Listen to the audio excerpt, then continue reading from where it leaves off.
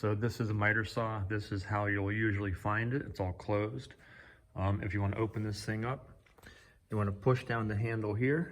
And as you push it down, pull out this little button right here. That's it. It's kind of hidden. And now the thing is opened up. If you're cutting a wider piece, it's going to be this little latch. This can lift up, and then this whole thing can slide. This is actually a sliding miter saw. You go out, push it down, then go in, okay?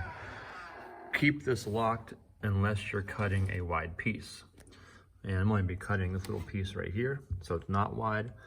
So you really should make sure that this is locked, and then you can't slide it. It's kind of in position. When you're all done using this, push the handle back down, push in that little latch, vacuum up all around here, and then you'll be good. Okay, so let's cut this. A couple safety things for the miter saw.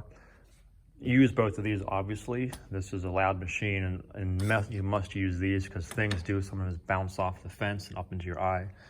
Don't use this unless you have your safety gear. And the rule of thumb when you're using a miter saw, you must put the wood up against the support. This is called the fence.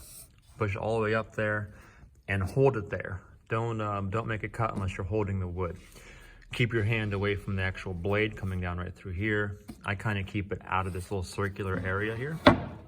Okay, lay the wood down flat, not vertically, but keep a good hand on holding it down and holding it up against here. With your left hand, with your right hand, there's a little trigger right here, safety switch. Flip that over, turn it on, and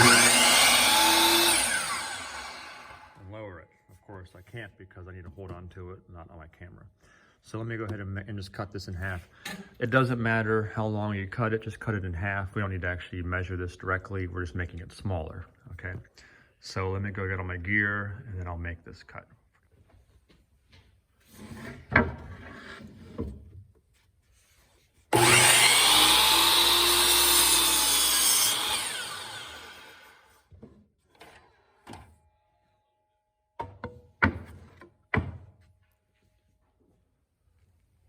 I'm going to also cut this big wide piece. This is probably around 14 inches wide.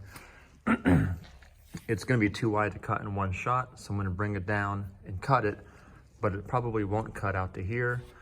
But I'll show you how you can flip this board upside down, realign the cut line, and then finish up that cut. So I'm going to need to loosen this up, lift it up. That's all we need to do. And you can see how I make this wider cut.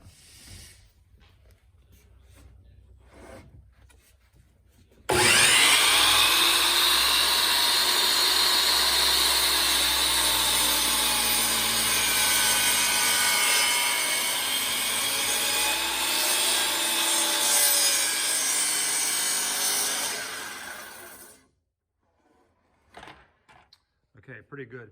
It actually almost made that cut, just a little bit not making it, but to actually do this, not a big deal. I'm gonna flip the whole board.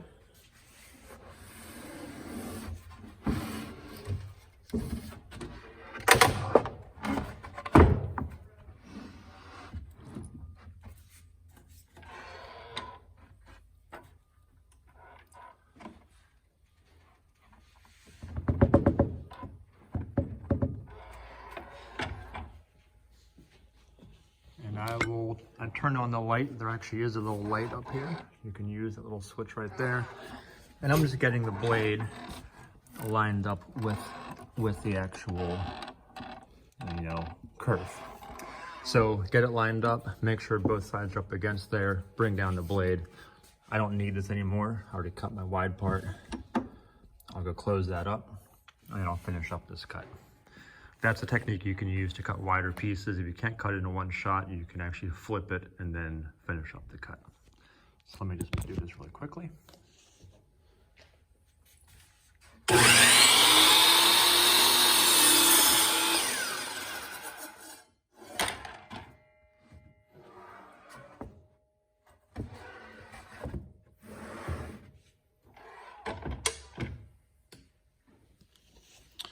All right.